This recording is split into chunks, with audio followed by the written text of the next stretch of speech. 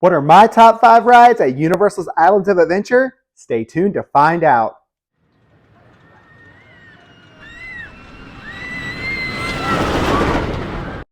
Hey, it's John Day back with another top 5 video. I previously did my top 5 rides at Universal Studios. If you haven't seen that video, go check it out. Now, I had a much harder time choosing just 5 rides in Islands of Adventure. It has a lot more rides, and a lot of people like Islands of Adventure because there's a lot more thrilling rides and there's so much to do. If you don't know about Islands of Adventure, it's kind of separated by, well, islands. So there's Marvel Island, there's like Jurassic. It's a lot. You can check out the map to see what that looks like. But there's a lot to do in Islands of Adventure. And to choose just 5 rides, I know when I go there, I want to ride almost everything. Honestly, you're not going to see water rides on this because I'm not a huge water ride fan. So if those are your favorite, sorry, but they're not going to make the list. But what are my top 5? Let's get right into it. So my number 5 to get us started is going to be the Hulk. Now this ride was built in May of 1999. And yes, it's an amazing ride. And a lot of people might be upset because it's going to be a lot higher on their list. Let me tell you some of the reasons why it's just barely cracking the top 5 for me. So, number 1, this ride is incredible. That launch is unbelievable. I get nervous every single time. I've ridden in the front, I've ridden in the back, I've ridden in the middle. It doesn't matter where you ride. That launch is unbelievable. It's so cool. So yes, that is one of the most amazing parts. And a lot of times when you hear people talk about it, that launch is what they're going to be talking about. Now, where it falls a little short for me are 2 reasons. One, it's Orlando. It's hot. That might be the warmest queue I have ever stood in my entire life. There's zero airflow in that room. The room is cool. There's all the Hulk stuff is going on. The music is really awesome, but you just stand there stagnant. And sometimes that weight can get up pretty high. So just be aware of that. It's hot in there. So do not go in the hottest part of the day. You are going to regret it. Now, the other thing that I don't like so much about it, and I've actually heard this a lot from other people, is it kind of hurts. So I tried to sit up, sit back, move around, hold on to things. I just feel jostled really hard most of the ride. So while the ride is fun, by the time I get off, I'm a little sore and sometimes a bit disoriented. Now, some people may like that, and they may be so excited that that's how they feel. Me, not so much. So I think that the Hulk is an incredible ride, but because the queue is so hot and because the ride makes me feel kind of like I just played football for a little bit, that's why it's going to be the 5th one of my top 5. Still made the top 5, so don't come at me, but it is going to be my number 5 ride. Okay, so for my number 4 ride, that's going to be the Amazing Spider-Man. Now, I absolutely love this ride. It was built in March of 1999, and to think how old this ride is and the technology on the inside of it is actually awesome. It's one of those rides that, yes, is a 3D screen. It also has the live sets throughout. So if motion sickness is an issue for you, this might be one to sit out. But actually, the people I've talked to that do struggle with motion sickness, this one is not so much. So it is so much fun. Now, there's a few things I like about this ride. Number 1, if you are a Spider-Man, especially comic Spider-Man fan, you are going to love this queue. It's amazing. You get to walk through the Daily Bugle. You walk through like the photo lab. I mean, there's so much cool stuff in this queue. They're even playing the Spider-Man cartoon on the wall. It's really, really cool. This queue can get kind of long, so it can get up to an hour wait sometimes. But there's a couple ways that you can actually avoid that. So number 1, Express Pass, of course. Like I said previously, all of the rides take Express Pass but Hagrid. So this is going to be one of those that does that. Saves a lot of time. I've waited no more than 10 minutes when I've used my Express. The other thing is single rider. Now, sometimes this single rider is not open. It's been hit or miss for me. It's open probably about 80% of the time, but a couple times I've gone, it hasn't been open. So just keep an eye out for that. But when it's open, that's going to save you a ton of time. This ride vehicle is similar to the Transformers ride vehicle. That's an enclosed ride vehicle. It's 4 to a seat, and you kind of go through the set that way. So the parties get uneven so much that the single rider line continues to go through. Now, it is so much fun. There's a lot of surprises.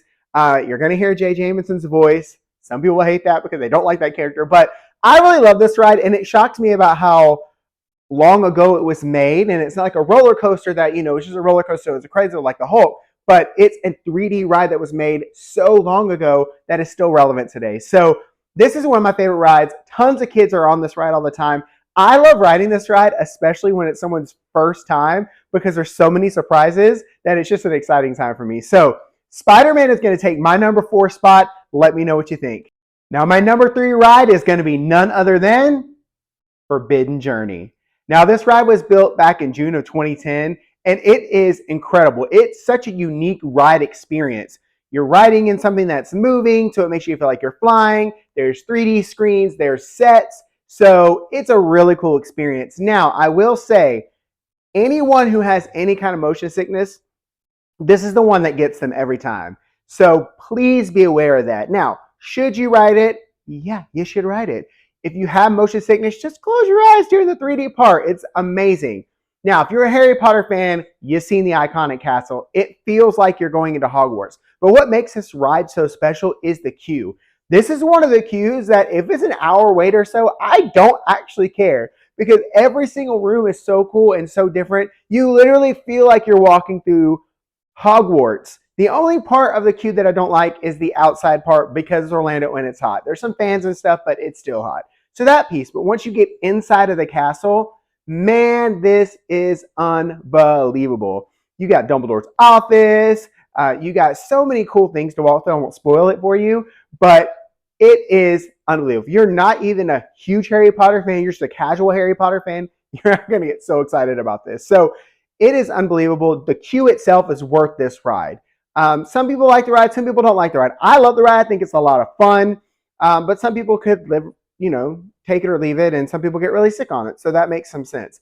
But I will say a couple things. Number one, this is a 4-seater. So again, there is a single rider queue. It's hidden. So when you walk in to the castle, when you first walk through the front of the line, you're going to see an attendant standing right there. And there's an express lane, and then there's the regular lane. Right before you get to that, there's a little side piece here, and you'll see right above it says single rider. Most people miss it, but it's right off to the side.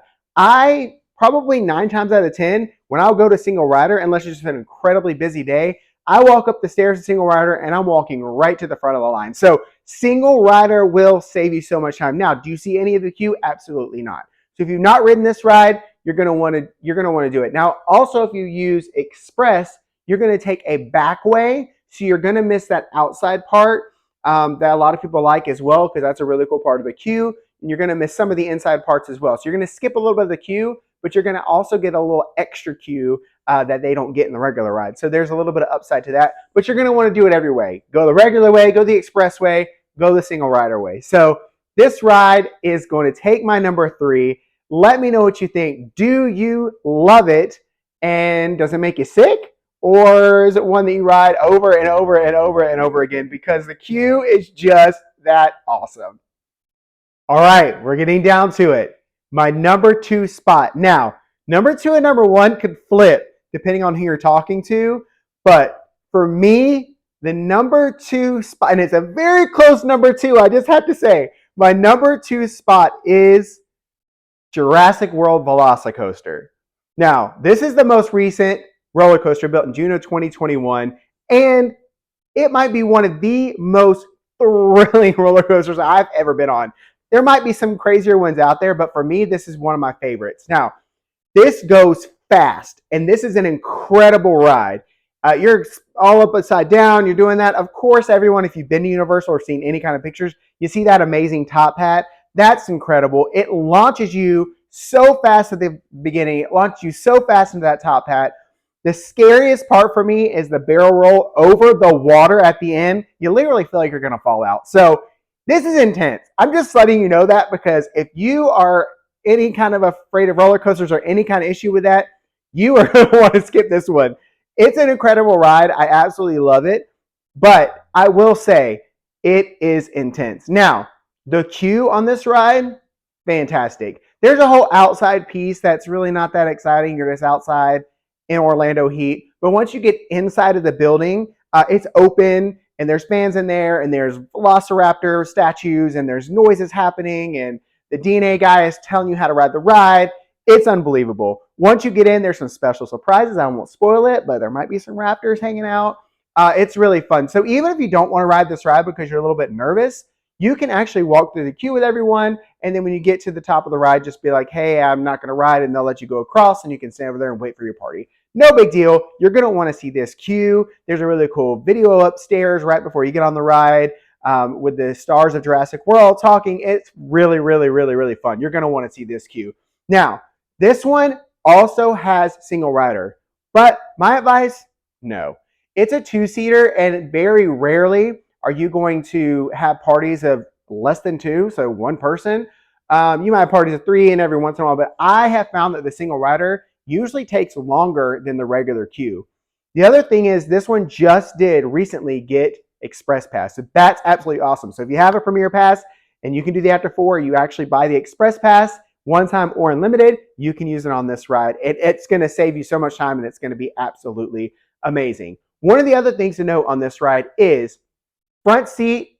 Everybody wants to ride it. Me, I kind of like the back because I like how fast it is, but riding on the front seat is a really cool experience. I did it first thing in the morning, and it's been unbelievable. So the thing with the front of this ride is if you go to the front of the line and you say, hey, I want to go to the front, they're going to put you on a weight up against the wall. Now, if that weight up against the wall is already too many people, they're going to say, sorry, we can't accommodate you, because they have to keep it moving, and it's not very big up there, so they have to keep the line going, and the ride is going by so fast. I don't know how many cars they have normally. I think it's 3, maybe 4, but they're loading and taking off pretty quickly unless there's some kind of issue. So they got to keep that place clear. So just keep that in mind, that if you see a bunch of people up against the wall, they're waiting for the front seat, and if it's completely full, they're going to say, sorry, we can get you in row 2, but we probably aren't going to be able to accommodate row 1 right now.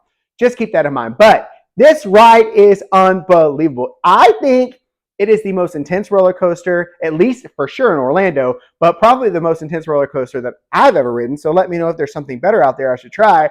But this one is unbelievable. I love this ride. I think it's a huge, amazing addition to Islands of Adventure and just Universal Orlando in general. Now, I gave a little secret in my earlier video about planning the perfect trip to Universal Orlando about this ride. So you might want to go back and watch that video and see that little secret that some of us know that go all the time. But what do you think about this ride? Have you ridden it? Is it your must go to? It's my number 2.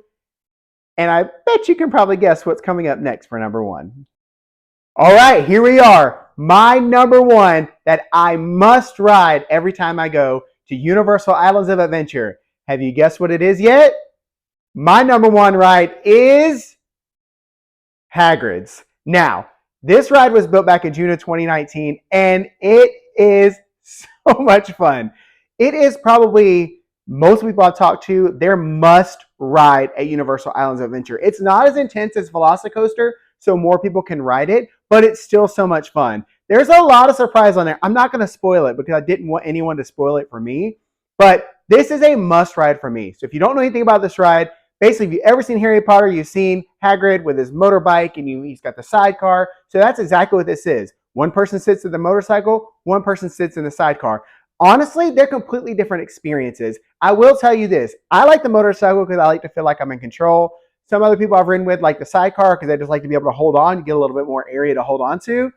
I will say that the sidecar is a bit smaller than the motorcycle. So if you're worried about, am I going to fit on this ride or anything like that, make sure that you get onto the motorbike because that's actually going to have a lot more room. So this ride's amazing. There's creatures. You're going to see Fluffy. You're going to see Hagrid.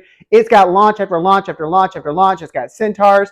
I cannot explain to you what this ride makes you feel like when you get off. You get off that ride wanting to get back on. Now, let's talk about the elephant in the room, the wait time.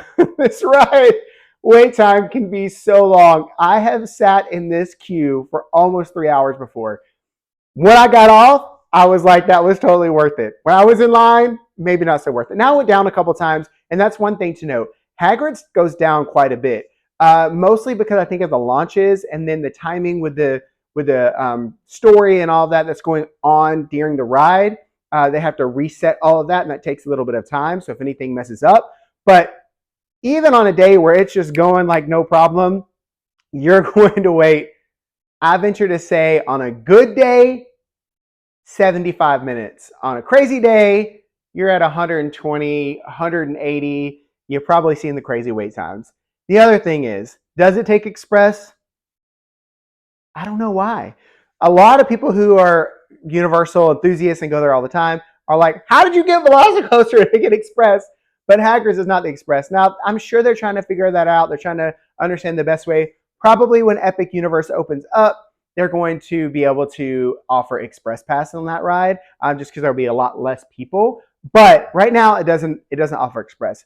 It does offer single rider, but this one, much like Velocicoaster, it's not worth it. Now, I've caught single rider right when they open it, and they don't sometimes tell you. Sometimes you'll go through the queue, and then you'll get to the part where you can see the door to single rider, because it's right when you go into the building. There's a door on one side, and that just kind of goes straight down to the loading dock, and then there's the other building that takes you through the whole queue. But sometimes they don't tell you that it's open. So if you get to the top, right next to Hagrid's hut, you look over to the right, you'll see the two lines. You can see the door. If it's open and there's no one on the outside, that's your chance. Sneak in over there, go on the single rider. If the door's closed, it's not open. If you see anybody, one person outside that door standing on the top, don't do it. You're going to wait longer than you would in the regular queue. Plus, if you haven't been on the ride yet, you're going to want to see the regular queue. There's an amazing, hilarious pre-show.